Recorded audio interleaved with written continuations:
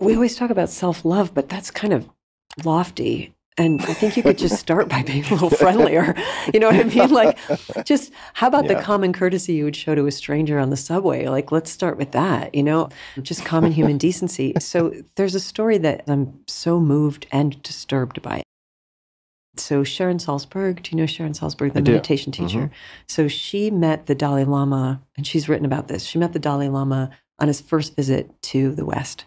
And she was in a group of people who were the first North Americans to meet him. And it was at a time when nobody really knew who he was. He wasn't like the rock star who he became. He was this obscure Tibetan monk. And of course, it took place somewhere in California. And there were some academics in the room and some spiritual writers and teachers and meditators and this sort of elect group of people who were coming to meet him. And he was speaking through a translator because he didn't speak much English at the time. And somebody in the room asked him what Tibetan Buddhism and his teachings have to say about self-hatred and how to combat self-hatred. And don't you know that man had to talk to his translator for like 15 minutes and kept asking for the question to be repeated. He didn't understand the question.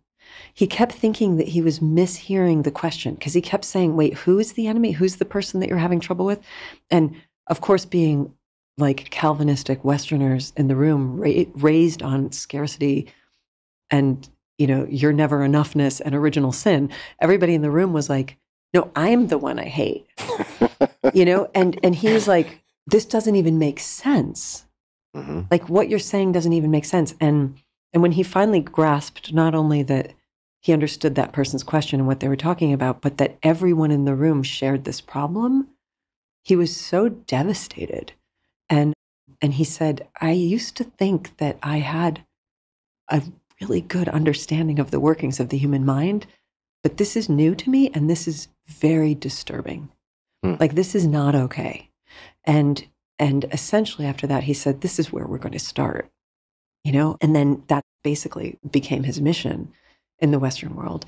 And it's interesting, I was talking about it with Sharon Salzberg the other day, and she was saying, in Buddhism, they say, that one of the things that if you want to evolve is that you have to be less precious to yourself.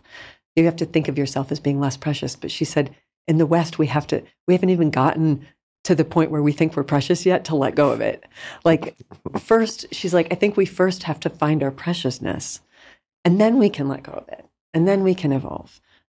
But if we don't even know that anything about us is precious, that's already a problem.